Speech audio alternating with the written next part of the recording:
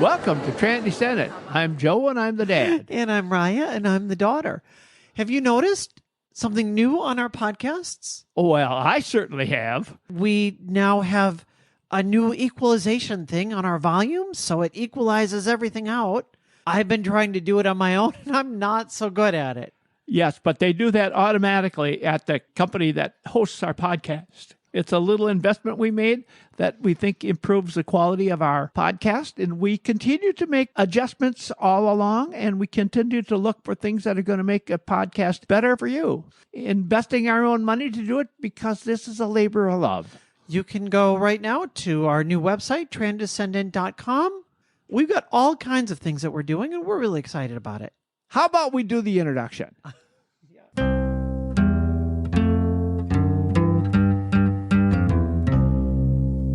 It has been 8.5 years since I've transitioned, and I don't get this question so much anymore, but back when I first transitioned, I got it a lot more frequently. Because it was from people you knew who knew you the other way.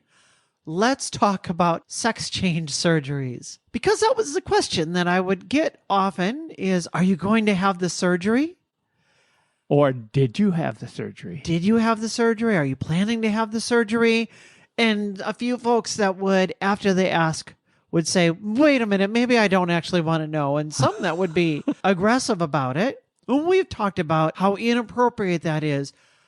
We thought we would have an episode talking about the inappropriate things. And I'm going to tell you a little more in this episode about some of the surgeries that I've had and how I feel about them. That's coming up. But before we get to that, let's talk about that term, sex change surgeries. Now, I use that as a joke because that's really not how we talk about it anymore. That is kind of the old way of thinking of it. Back in the old days, it used to be, we didn't really even talk about transgender. We would talk about transsexual, and it was always somebody that went and got this surgery, and the social aspects of it were kind of left out. When I transitioned, I never transitioned for the physical part of my body. I just wanted to be able to be treated in society the way that I've always wanted to be treated. And the physical part of it kind of came almost as an afterthought. But we stopped calling them sex change surgeries now for that reason. We've recognized that that's not really what it's about. Some of the terms that they might call it now would be sex reassignment surgery, which isn't really all that different, but SRS. Or even more common now, they'll call it gender affirmation surgery or sometimes gender confirmation surgery. And those terms encompass a much wider range of possibilities than just having one single surgery. And in fact, a lot of transgender people will find that because of the invasiveness of those surgeries, and also because of the huge cost of those surgeries, it's just not a reality to be able to go ahead and have that surgery done or any of those surgeries done. We don't ever want to make those people feel like they're somehow less than or not fully transgender, that they don't get to be their true self because they can't afford to have some arbitrary surgery that nobody other than them and their partner would see anyway. So you're talking about these various procedures that can be done. Tell me a little bit more about that. They kind of break up into 3 different categories, and I'm making this is an arbitrary distinction that works for me, and that is you can kind of think about below the belt kind of surgeries, which we oftentimes will euphemistically call bottom surgery. And then there's what we call top surgery, which is anything related to the chest area. And then there's kind of above the neck surgeries. And there's a lot of things that you can have done there as well. And all of those would fall under this category of gender confirmation surgery or gender affirmation surgery, because all of these surgeries are done to make a transgender person feel a little more at home in their body. Starting with the ones above the neck, you would have facial feminization surgery, which is actually a whole host of procedures that you can have to get a more feminine nose or a more feminine jawline or more feminine, all kinds of things that they can do with your face. They can take your, and this is really, I imagine, painful. I have not had this one done, but for people with a very prominent brow line, because men tend to have much more pronounced brows, they can actually go in and shave down the bone. Ouch. I know it sounds very, very painful, but it also makes a big, big difference in terms of perception when you see somebody. Well, when it comes to brows, I just stick with my computer. You browser that way. That's right. They will also do something, if that's bad, there's another one called voice surgery, where they can actually go in and do a procedure where they will trim away. These are generally male to female surgeries. Trim away some of your vocal cords, which actually then is going to tighten those vocal cords up and give you a higher pitched voice.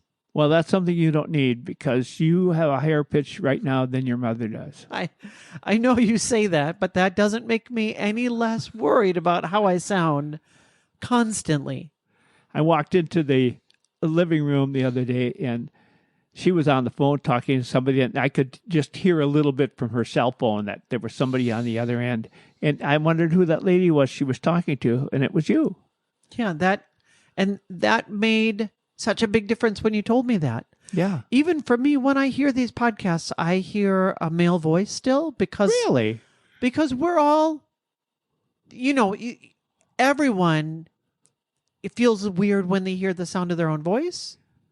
But when I hear my own voice, not only do I hear, oh, I don't like that voice, but match that with, and does that sound too much like I used to sound? Well, let's have a little fun here. Why don't we decide, in the audience that are listening to us, just email us and tell us whether you think Raya has a male sounding or a female sounding voice. And can you tell the difference between the two of us? Oh, yes, that's at transcendent@gmail.com. Yes. Moving on in our surgeries, let's go to what they call top surgeries. And most of those, of course, I'm going to be more familiar with the ones that are for, again, male to female transgender people. But I am somewhat familiar with the other way around with female to male. And top surgery works similarly either way. Either it's essentially a mastectomy where they're taking out the breast there in order to have a more masculine chest, or breast augmentation surgery, which isn't all that different from, anyone that goes and gets a boob job. But there are different doctors. A doctor that will do a regular quote unquote boob job, as I discovered, will not do a breast augmentation surgery for a transgender person because the issues are a little different. So you have to go to somebody that's a dedicated person. Well, I completely misunderstood that. I always thought a boob job meant you were getting rid of the politicians you didn't like. If only if we could find a way to get that surgery in place. Get those boobs out of there. And then moving on from there is going to be the bottom surgery.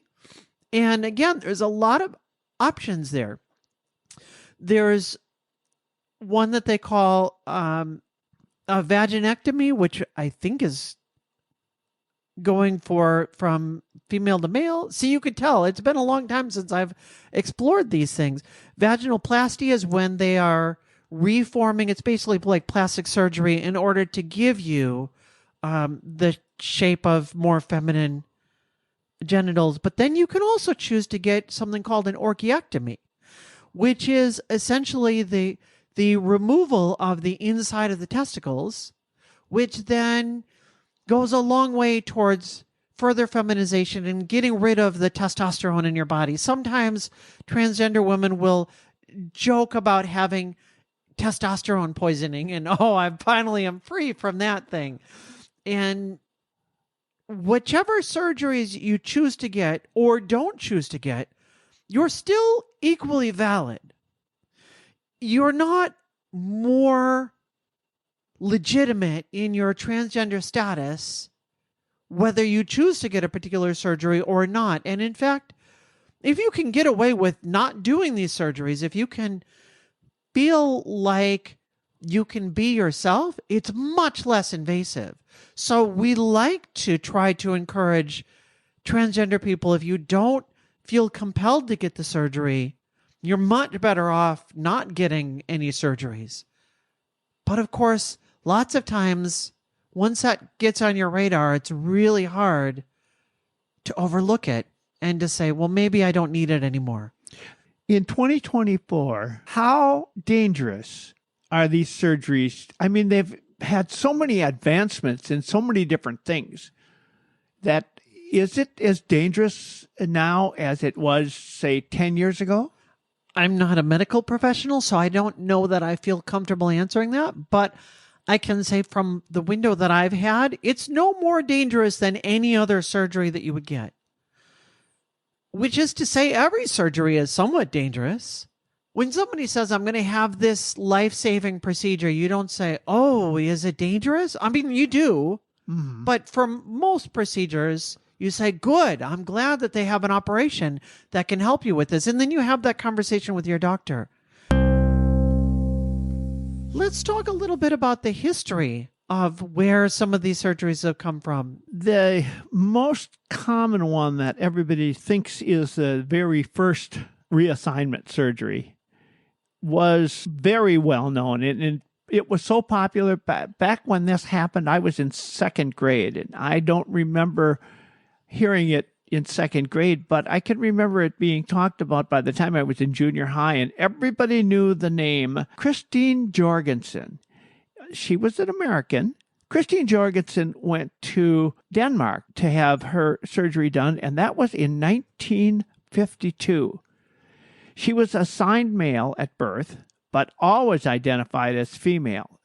In 1952, she traveled to Denmark, where doctors performed several surgeries, including hormone therapy and gender reconstruction, to align her physical appearance with her gender identity. Her story became widely covered in the media, sparking public interest and discussions about gender identity and medical interventions for transgender individuals. 1952. And I remember so well, just about everyone back in the 50s knew that name. That was a popular name. But there was actually transgender operations done before that. The first widely recognized recipient of gender confirmation surgery was Lili Elby. She was born in Denmark. In 1882, she later underwent several surgeries in the early 1930s as part of her transition. You may have seen her in the movie that came out in 2015, The Danish Girl. That goes back to the 1930s. But then there wasn't much talk about it after that until Christine Jorgensen came along. And there was a movie about that as well, wasn't there? There was one that came out, looks like in 1970, the Christine Jorgensen story. She also wrote a book called Man to Woman. So this goes back quite a ways. Back in the days, we would say things like, oh, you used to be a man, which we've moved beyond that now. Yes, right. Even for us, when you tell stories about me, originally when I first transitioned, you would tell stories from my childhood and you would tell them as you remembered them. But you shifted, and it always means so much to me when you do, that you'll say, when Raya was a kid, she used to do such and such. That's right, I do. And, oh, it really, that feels so, you have no idea how affirming that feels to me. Mm-hmm. In fact, I was really surprised how much that matters. I, coming into this, didn't think it would matter all of that much. I thought, what's a pronoun and what's a name, and it's not that big of a deal. I remember you said, I'm not going to be one of these people that cares that much about it. And I discovered, once I did it, that it mattered so much because on the front end, I didn't realize what a tremendous cost there would be until I had to pay it. Once I paid it and I realized how much I was willing to pay, how much I had to give up in order to have that, how much it impacted literally every aspect of my life. And I've been thinking about this. It would be like if somebody decided, I'm going to train for an athletic event, A marathon, or maybe the Olympics. And they had to sacrifice everything. They were passing up things that they would do. People would say, hey, do you want to come out and do this thing? Well, I can't because I have to train. And they would have to get up and do ungodly early mornings, and they would have to sacrifice in every kind of way, and every waking moment was spent training for this thing. And then somebody who knew them before they started training came up and said, oh, you ran a race? You ran some little race? And you think, you have no idea what I just went through. Or for you invested your whole life into starting a business. And somebody that didn't know you before you started your business and didn't know how much blood, sweat, and tears you put into that business. And if they came to you after a few years where you had laid everything on the line, that you had the possibility to lose everything, and they said, oh, so you started a little business in your free time here. That when somebody uses the wrong pronoun, that entire story of them not understanding everything that you've sacrificed, they're invoking that whole story, and you say, how dare you? Yeah. And you might not want to feel that way, but when you've invested so much, it's very hard not to. I understand that.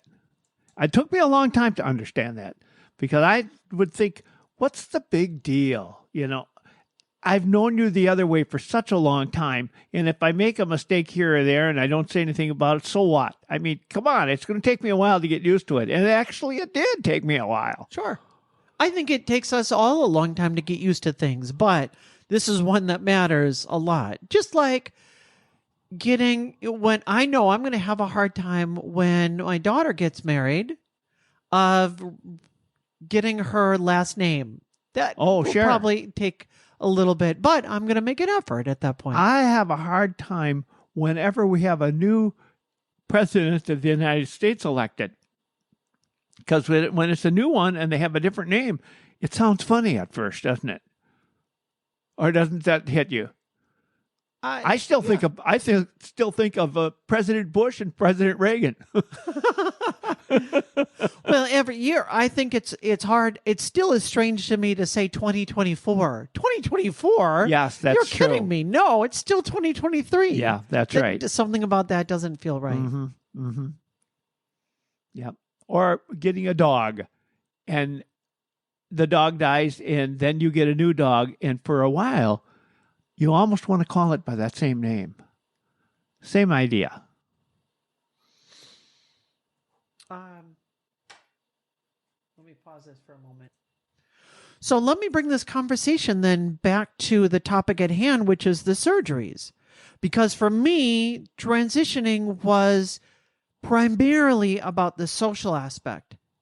But then after that, then these gender affirming surgeries became really important to help me to feel like matching my body to who I was already presenting as.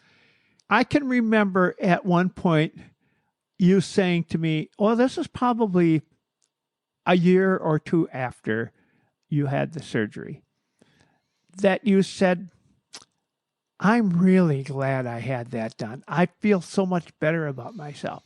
So are you saying that it was different than you expected? You thought it would be a certain level and it was more or less? How do you feel about it now? Well, first let me talk about what surgeries I've had. So the first surgery, I had 2 rounds of surgeries. The first surgeries that I had were above the neck because I was extremely self-conscious about the look of my face. And so I was able to go in and have them do some facial feminization surgery, not dramatic, but just enough so that it didn't stick out quite as much. Mm-hmm. And even now, I don't think, thankfully, they did just enough that you can't really tell that I've had any work done, which is exactly what I wanted. And I was really glad that I did that because it gave me so much more confidence. Now that I kind of knew that would give me more confidence. A lot of people said to me, well, you shouldn't need to have that done. And no, maybe you shouldn't need to have it done. But we can't always control how we feel about things. And there's sometimes where your principles of, I shouldn't need to do this thing or do that thing, and yet the value that it gives you when you have it done, that could relate to anything. I go right now almost annually to a dermatologist, and you get these spots on the face. Mostly for me, it's on the left side. And why is it you get these spots on your face, and they freeze them off. And it doesn't take long, and it doesn't really even hurt much. But I see them there, and you see a lot of older people that have those spots on their face all over, and they haven't taken care of them. And I take care of those because I'm self-conscious about it if I leave them on there. Why are they mostly on the left side of my face? Because they're caused by the sun. I drive a car, and the sun hits me on the left side. I never would have guessed that. Yes, that's interesting. How it is. So it's that same kind of thing. I'm self-conscious about it, so once a year I go and have them freeze those puppies off. So there's some things where they actually talk about this with, it's kind of the women's magazine syndrome, that we both promote good-looking people, and then we make you feel bad if you want to be a good-looking person. Yes. But the reality is that there is nothing wrong with not adhering to those standards, and there's also nothing wrong with taking some actions to achieve those standards if they make you feel better about yourself. Neither one is wrong, and we need to just stop shaming people either way. And that's the idea with the surgeries. But then a couple years later, I came back and I had both bottom and top surgeries. So these would be the surgeries below the neck. And this was with a doctor that does exclusively gender confirmation surgeries for transgender people, both male and female, both trans men and trans women. And that, I thought, going into it, I was really scared about it. Because you never know. Am I making a change to my body that I'm going to really regret? And I'm going to think, I wish I didn't do this. Now, the bottom surgery that I got, there's of those few different options, there's different options for even what they do. They can make, for vaginoplasty, they can make one that's fully functional, or they can give you parts that are only functional on the outside, so you can see on the outside, so it doesn't, anyone that sees you doesn't know any different, but that you couldn't actually have intercourse with. Then many transgender women will say, that's all that I want because I'm not planning on having a partner in that kind of way. That's fine. Or then you can have an orchiectomy, as we talked about. I am not comfortable talking about which of those three that I chose, but I did choose one of them. And I was nervous about, how am I going to feel afterwards? Am I going to feel like I made the wrong decision? And I was really shocked to discover after the fact that I have never once even remotely regretted it.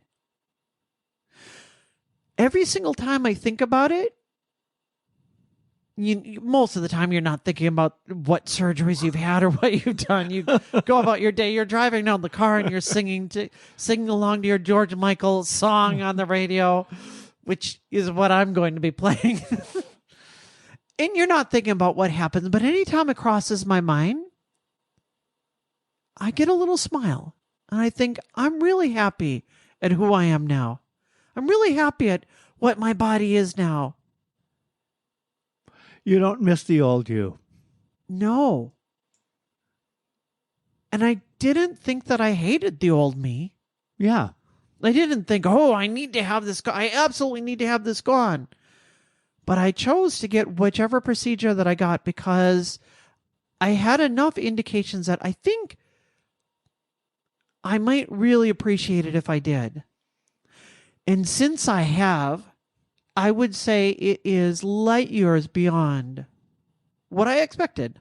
I am so much happier than I ever expected I would be. Well, I can tell you, in the beginning, I missed the old you a lot. But actually, since we begin talking about this podcast, I've gotten your personality is the same. All of those things are the same, but in my mind, it still is a different person. And now I'm closer to the new you than I ever was to the old you. And we were quite close before. Absolutely. Yep. I even wrote a song about you. And why that matters, of course it matters to you. It matters to you for the same reason that it mattered to me.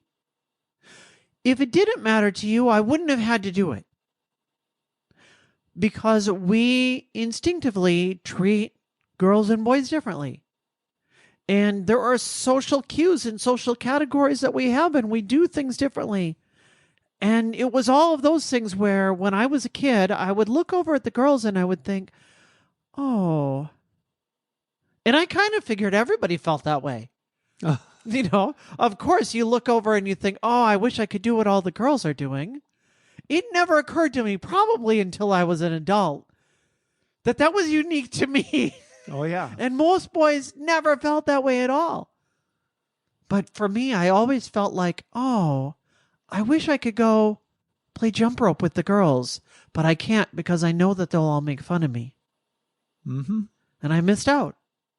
Well, you're not going to miss out on anything else here. I can tell you that because we've got a lot of great stuff coming up.